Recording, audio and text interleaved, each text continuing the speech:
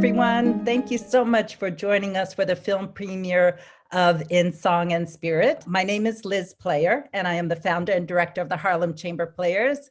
I'd like to thank also our funders for this project, including the New York Department of Cultural Affairs, New York State Council on the Arts, the Upper Manhattan Empowerment Zone's Arts Engagement Fund, administered by the Lower Manhattan Cultural Council, the Howard Gilman Foundation, West Harlem Development Corporation, Columbia Community Service, the Lily Auchincloss Foundation, New York Community Trust, and all of you who have so graciously donated to help us bring free and affordable programs uptown to Harlem, Morningside Heights, and the surrounding communities. And now with us on the internet nationally as well. I'd also like to thank our presenting partners, Lincoln Center, WQXR, the Schomburg Center for Research in Black Culture, and Harlem One Stop. And now I'd like to introduce the artists. As you know, producing a film is brand new for the Harlem Chamber Players. So I just want to welcome the artists. And with this in mind, just get to know who the people behind this film are. First, harpist scholar Dr. Ashley Jackson is the one who came up with the idea to put this project together. She has performed with numerous orchestras and ensembles and has appeared on stages in New York and around the world, including Alice Tully Hall, Carnegie Hall, National Sawdust, to the National Center in Beijing, China. She is the director of undergraduate studies and an assistant professor in the music department at Hunter College. She is a regular member of the Harlem Chamber Players. Ashley, welcome. Okay. And Malik Isasis is a Brooklyn-based storyteller and independent filmmaker, and the one who directed In Song and Spirit. Welcome, Malik. Thank you. And Freddie June is a vocalist and the other star that you saw in this musical documentary. Hello, thank you. My first question is for Ashley Jackson. Would you tell us all more about your background, what made you choose the harp, and how you came up with the idea of creating this film? Sure, thank you, Liz, and thank you to Malik and to Freddie and for lending your gifts and talents on this project, and for all of you who tuned in. It's really quite special to be able to share this story with you. So Liz, I'm a Jersey girl, and I grew up in a very supportive community. And I have to especially thank my parents for having the foresight to make sure that my first teachers looked like me and that they were encouraging of not only my musical interests, but also of my musical ancestry. You know, I was thinking one of the very first songs that I learned was Lift Every Voice and Sing. And so, you know, recognizing where I came from, my family, those were very important ideals in my household. And that's really where this film, I think, comes from. And with regards to my goals for it, I wanted to re-examine the period of American slavery, which is often told through the experiences of a group of people. And so in that case, you miss the nuances of the individual story of struggle, of triumph, of day-to-day existence. And I really wanted to humanize that experience. I think my connection to Harriet Jacobs first was in reading about her relationship with her grandmother, who, you know, represented safety, comfort, the familiar, righteousness, and all of those things certainly made me think about my own relationship with Nana, or Lutrell Cuffey, whose story opened the film. But there was also a theme throughout her memoir that hit another personal place for me. And that was her feeling of imminent loss of her children, or the imminent loss of a child born into slavery, that at any moment that child could be taken away. And so reading and hearing a mother's fear, a mother's love, as a young mother. I mean, I have a daughter who's 20 months old, and so that also, all those feelings are fresh and new to me. And so that's where the story came from, how I was drawn to it. And I think it certainly resonates with Harlem Chamber Players' commitment to telling stories of those who get overlooked through the music by composers who are often underrepresented. And so it seemed like a natural marriage for me. Beautiful. Thank you so much for that, Ashley. My next question is for Malik. Malik, I read on your website, what moves me is creating characters that not only exist in a multicultural world, but also embody the full gamut of human emotions. I believe in film's ability to empower. I believe that films redefine personal identity, counter prevailing cultural stereotypes, and conceive new directions for the future. I really love that quote. Would you tell us more about yourself, your background, how you became a filmmaker, and anything else you want us to know about how you approach your art and this film? I'm from Baton Rouge, Louisiana, and I came up in the late 80s during the height of the crack cocaine epidemic. And I saw a lot of people, including family, get caught up in the system. And one of the things for me was escaping through reading and film. And so a lot of that quote has to do with what art did for me in an environment that was that lacked like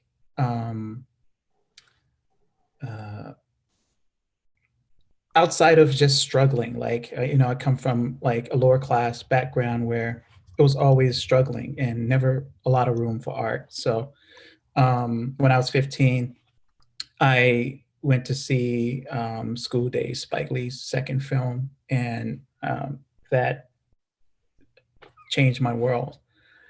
Seeing a story about African Americans in college, and it really just changed my world. So I had to start collecting everything Spike Lee and like cutting out pictures of him and putting it in a photo album, and I had no idea how I would become a filmmaker at 15. I mean, I come from an environment where art was, a Hollywood film.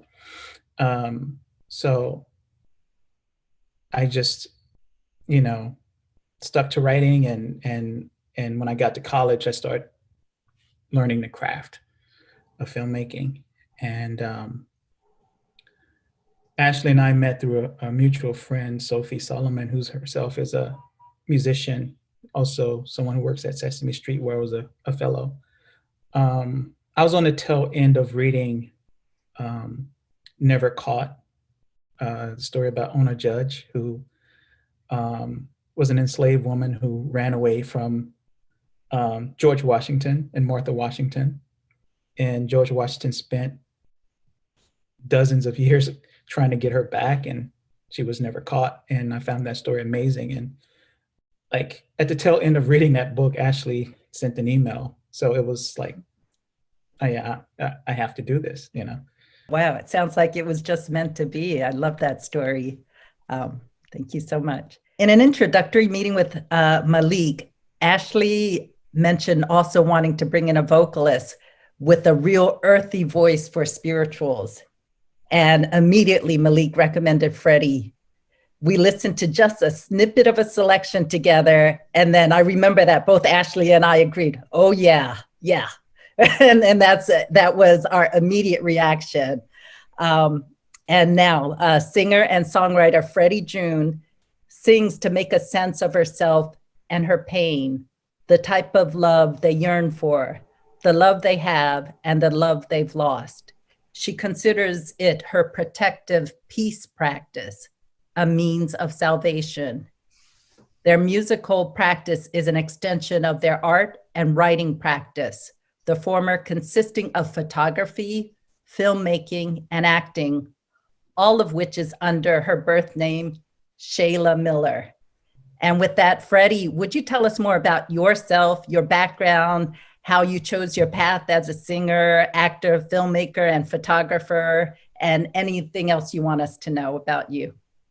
Yes. Well, first of all, I just wanted to say thank you to Malik and Ashley and Liz and the Harlem Chamber Players and everybody for watching the film and whoever's here listening to the Talkback. So I'm from the Midwest. I'm from Cleveland, but my parents are and were both from the South. So I kind of like to think that I'm Southern by nurture. And I feel like I found a sense of liberation within making and being creative pretty young. And I had always wanted to be a singer and to be a performer and actor, but I became really, really shy, like painfully shy. And so I kind of abandoned that. But I think when I was 13 or 14, my sister had found like this really clunky digital camera that I think my mother had gotten from buying a printer, like it was a deal or something at Best Buy.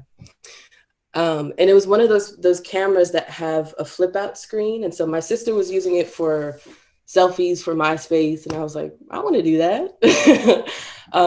And so I started to take pictures of myself and really found a sense of freedom within that and started to play with making images and self-portraits. And I had downloaded like a really bootleg Photoshop and started putting poetry on top of the self-portraits. And so my practice is rooted in photography. And when I got to college, I wanted to kind of push the limits of image making or really, you know, kind of go beyond what I was used to or how I was making images and how I was thinking about images and storytelling. So I had begun making videos and making video installations, and that really opened me back up to performing and you know, taking on a character. And that's also when I started to sing. I started to incorporate like my own music and songs that I would make up for specifically for the videos, for the video installation. And I didn't really consider myself a singer or having a musical practice separate from my video practice. But I remember years ago when the documentary about Nina Simone came out, produced by Netflix. And in part of it, she talks about how she would use her voice as an instrument, and which I know sounds probably obvious to many people, especially musicians. But for me, I just never thought about taking the voice and using it as a material, like to really kind of get to know it and expand it and play with it in the same way that I was doing with image making. And I remember Nina Simone had said something like, you know, if I want my voice to sound like gravel, I'll sing it this way. If I want it to sound like that, I'll sing it another way. And I was like, oh yeah, you can do that too. Your body is an instrument too. And so I really took to that and used that in a video installation context. And then from there, I really started to listen to more vocal jazz. And yeah, when I found jazz, I really feel like jazz is what really made everything click for me, like the writing, the video, the image making, storytelling, the singing, but specifically vocal jazz. And there are two vocal jazz moments in particular that I revisit often and think about, and I think really encapsulates how I approach my entire practice. And One of them is like the last 40 seconds of Street of Dreams performed by Sarah Vaughan, who is like, feels like a mother to me. And the other one is Mel Torme, the last blue that he lets out in his, there's like a live recording of him singing When Sunny Gets Blue, which is one of my favorite jazz standards. And in both of those moments, the last, and it's just the last word that they're singing. Sarah Vaughan is singing Dreams, and then Mel Torme is singing Blue. And they begin in a tone or in a register, and then it progress up and then land in a tone that feels so unexpected and surprising, but still feels like home, you know what I mean? And for me, the both of them just, you know, it's somehow self-aware and honest and vulnerable, but still uncertain. And just every time I listen to those recordings, I just think like that is simply everything to me. And that's I try to approach image making and storytelling in the same way, remaining unafraid of exposing the uncertainty. So my practice is both, I see it as my main tool of survival, but then also my favorite mode of study. So photography and filmmaking and writing, or photography and filmmaking I kind of use as archival devices, and the writing a little bit too, but the writing moves from songs to essays to poetic companions to photographs sometimes. But for me, they all work together. And I'm just now starting to make sense of it. And it's because of jazz, truly, vocal jazz. That's really beautiful. I just want to go back a little bit when you said that you didn't know that you can use the voice as an instrument. And that leads into my next question. Just the quality of your voice is just so unique and rich and beautiful. And I just wanted to learn, you're telling us that you're self-taught or you listen, you trained yourself. I'm just wondering how you get, what you do in your craft to get such a beautiful sound. Well, thank you so much. Well, I was in the choir at a young age, like in 5th grade to 7th grade. But the tone of my voice, I listen to Sarah Vaughan and Carmen McRae. I think those are the two voices that I think about the most, and Nina Simone too, but especially Sarah Vaughan and Carmen McRae. And I think here recently, I just have been trying to hold on to some sort of jazz or a sensitivity that I feel that I hear often in vocal jazz, but then also I'm paying attention to like what physically feels good for me to do, which I didn't really think about before. But then I'm also thinking about, similar to what Nina Simone was talking about in that documentary or in a clip from an interview from long ago, just trying to mold my voice to kind of speak to whatever I'm talking about in a song, or whatever sort of mood or tone I'm trying to bring to a song. So yeah, that's how I do it. Okay, I love that. Definitely unique and beautiful. My next question is for Ashley and Malik. And I just want to let all of you know, if you have any questions, feel free to type in the chat or, so that we can call on you. We just really want to open it up. And also, if you just want to share any thoughts, those are welcome as well. Ashley and Malik, would you share the creative process that went into creating this film? how you put together a storyboard, and then how Malik took your ideas, Ashley, and then developed them into the film we just watched? Sure. I guess, Malik, I can start a little bit. So as he mentioned, I wrote him an email and asking if he'd be interested in talking about doing this kind of project. And I was very grateful that he said yes. And very, very grateful. And so the process for putting this together, I think, began for me with the music. I knew the spirituals that I wanted to play, and I knew the story as well that I wanted to tell. I wanted to focus on some version of Harriet Jacobs' story. So I wrote a script and revised it and edited it and went through many different versions. I also wanted it to be very personal, so that's how I ended up bookending Harriet's story with that of my own, looking back and looking forward.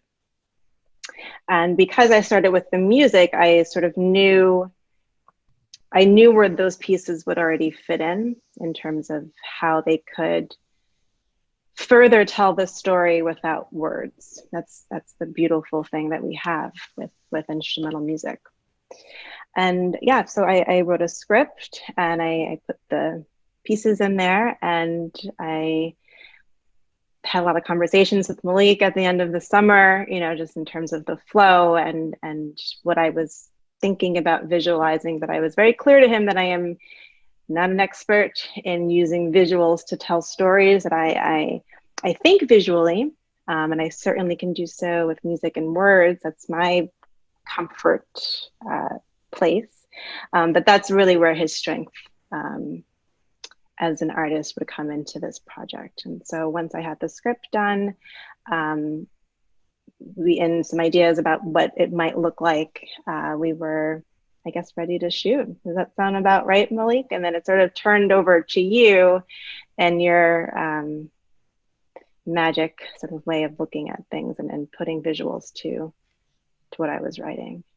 I found my job fairly easy because Ashley came to me with this thing 90% done, and she knew what she wanted. She had a sense of what she wanted, and so I had a couple of questions like, what mood are you looking for? What's the aesthetic you're looking for? So she went back and came back with some pictures, created a mood board, and our conversations were pretty short, and we communicated mostly through email. And like I said, she had a strong vision, so it was really easy for me to get on board. It was like a moving train.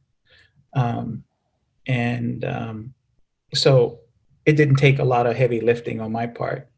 I got spirited away by her vision and by her passion. So it was fairly easy for me, because I didn't have to do a lot of the creative heavy lifting,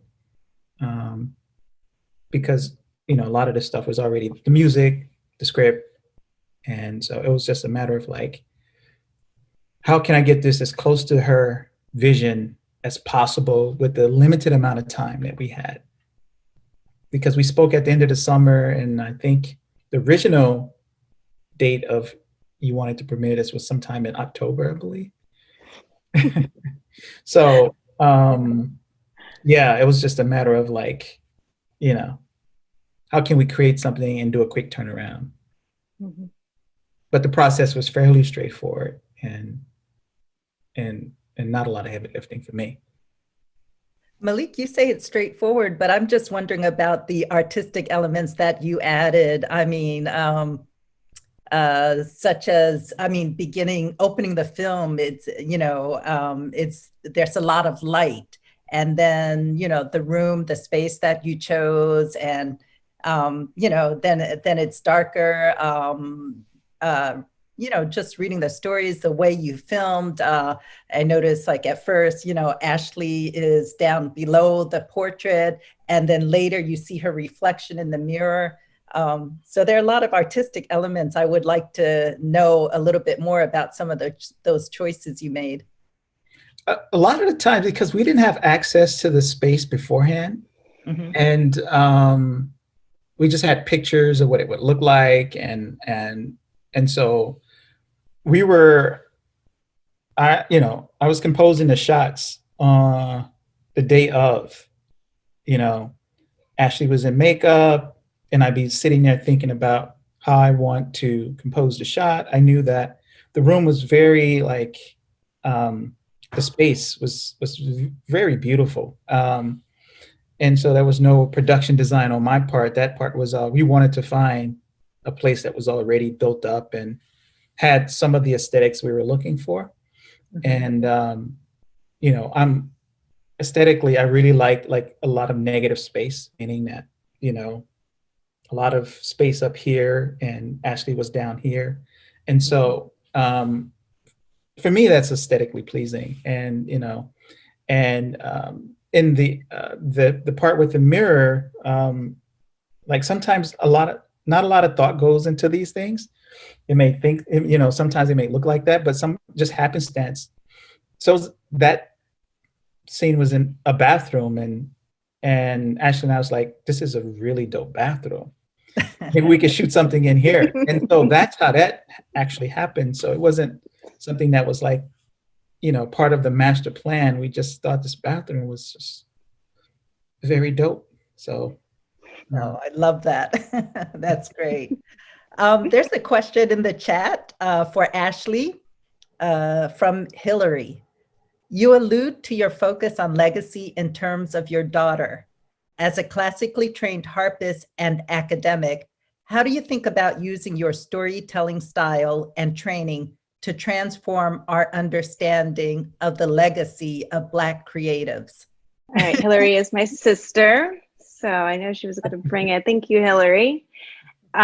This is a very rich question. I think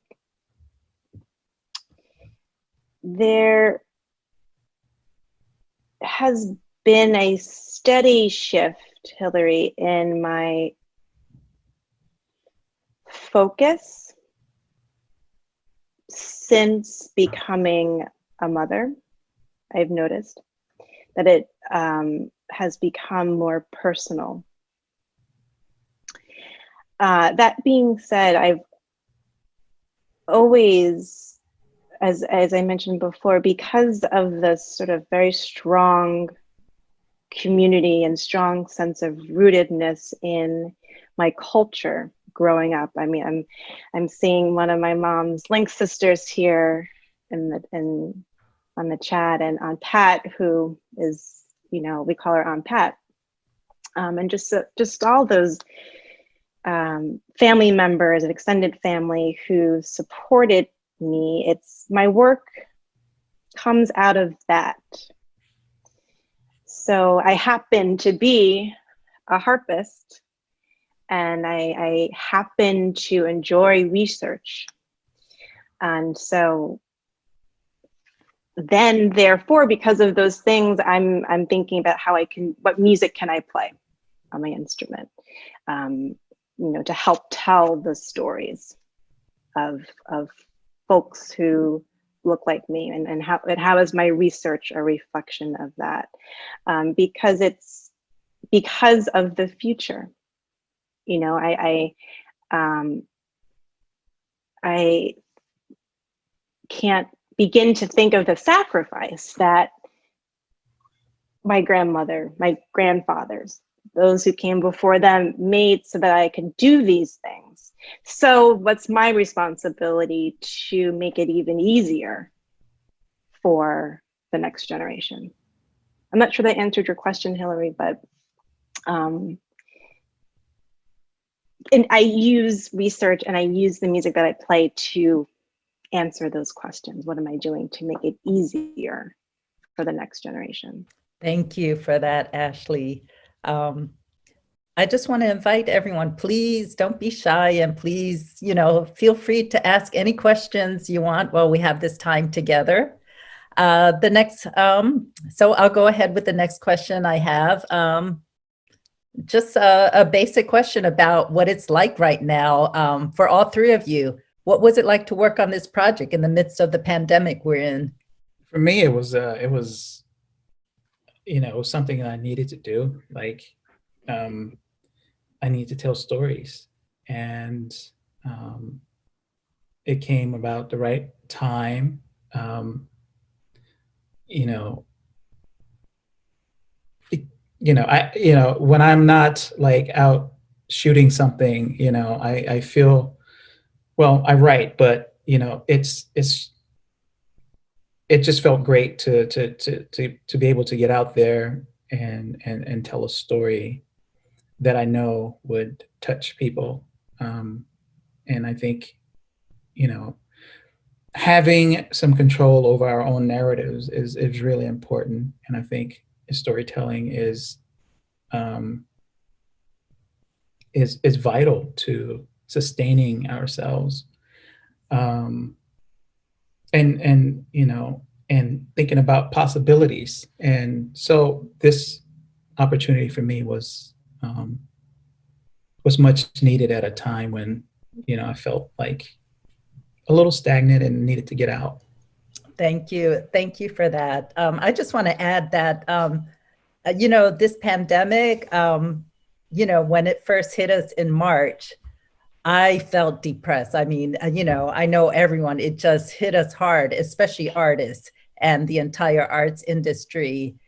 And, you know, we had to cancel a huge concert that we had planned for over a year. So I was really depressed. And I remember actually it was Yolanda Wins from the Harlem School of the Arts reached out to me, and I just wanted to sleep. I didn't want to do anything, but she got me up, and then we just started thinking about what are we going to do. And we started with, you know, learning Zoom, learning all this new technology. And I have to say, this film project is a whole new direction for us that we probably would have never done had it not been for this pandemic. I just wanted to throw that in there too. So thank you. Also, I should add that I had just completed that reminded me, Liz, I had finished a feature film that I shot partly in North Africa and in New York. And it's just, you know, I can't have a screening like in a theater. So it was good not to think about that and just keep myself busy. So sure. Freddie, Liz, you know, oh, sorry. No, I just, in thinking about how some of the ways that I encourage my students, because you know, this is difficult for musicians who are used to putting everything out there for audiences and fans. And so I encourage my students, and I tell myself that what this moment can afford us is an opportunity to create really from within. You know, we're fortunate to have our health and to be able to still make music. And so because of that, you know, what can we draw from inside? And I think in doing that, you can experiment in ways perhaps that you hadn't thought about before. And so, right, we've never done a film project, but this moment has allowed us, I think, to come together in a way that we may not have had it not been for this isolation that we're in. So I'm really grateful for that. It's, you know, it's as difficult as it's been and continues to be for so many people that you know, the arts are always going to respond to the times. And I think that really powerful statements are coming out of this moment. For me, well, to work on this project specifically, it was similar to what Malik was talking about earlier on, how it just felt like it was fate, like it came at the right time. I think maybe just a week before I had wrote the Negro spiritual that's a part of the film, because my mother had sent me like a recording of a church sermon, and the pastor in the middle of it was talking about Negro spirituals and was talking about how everyone or all of his favorite ones were made, you can play them by just playing the black keys on the piano.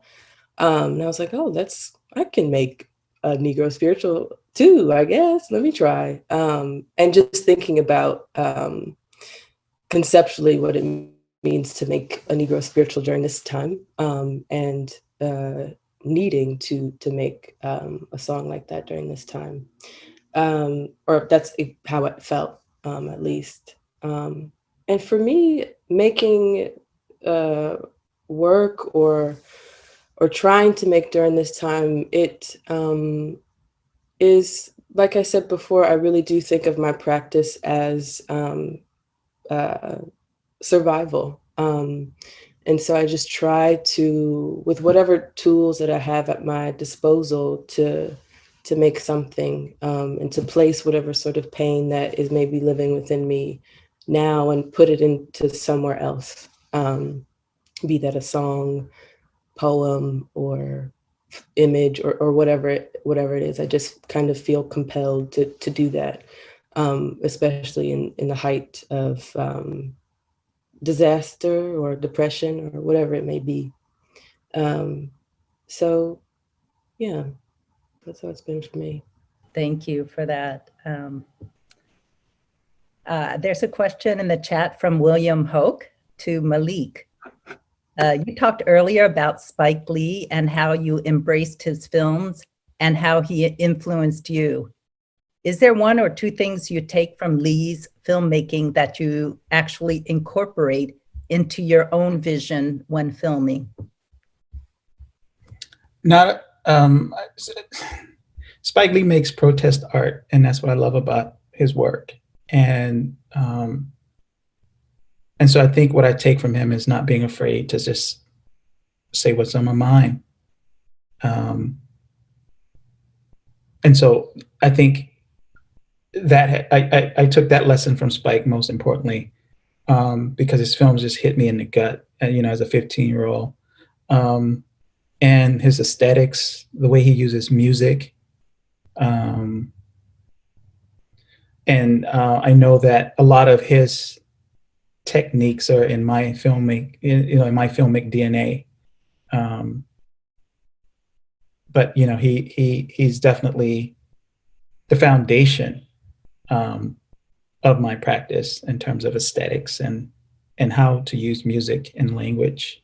Beautiful. I remember seeing my first Spike Lee movies, and I think what struck me is just seeing how beautiful Black is.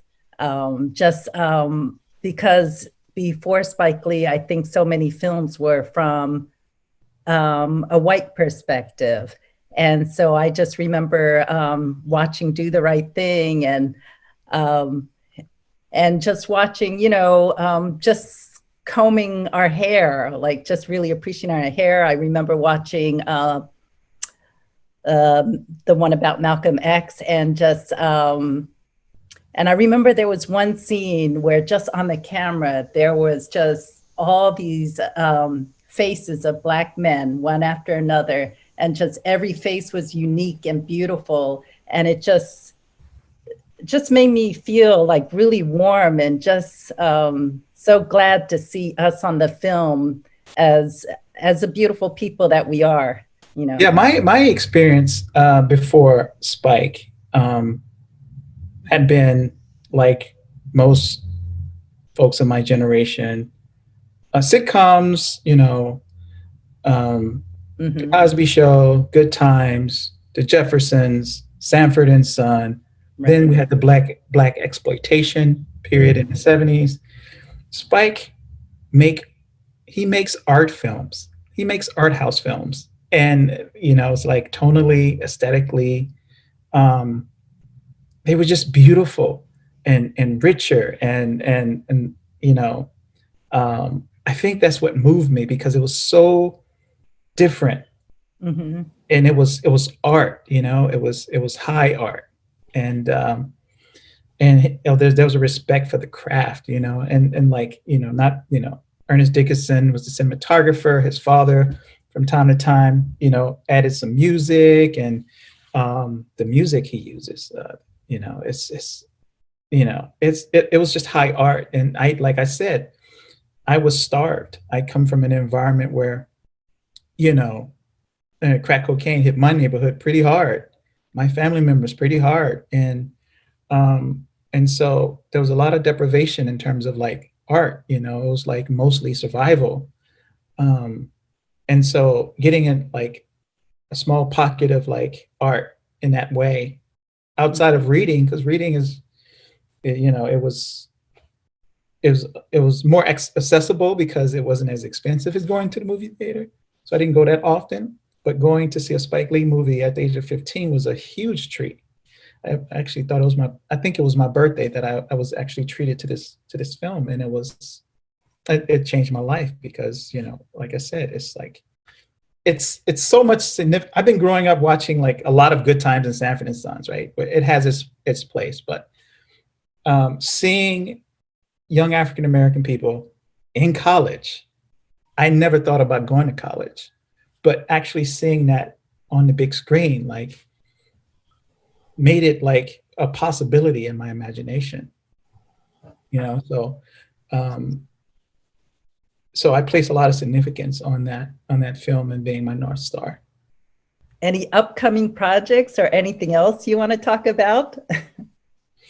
I'm gonna, like, I have a film, like I said, that, I recently finished that, I was gonna have a screening before the pandemic hit, and it's called Bitter Sugar. I am probably going to have to do a release on like the VOD platforms. So, but I'm working on, I'm developing a series that I hope to pitch to Netflix.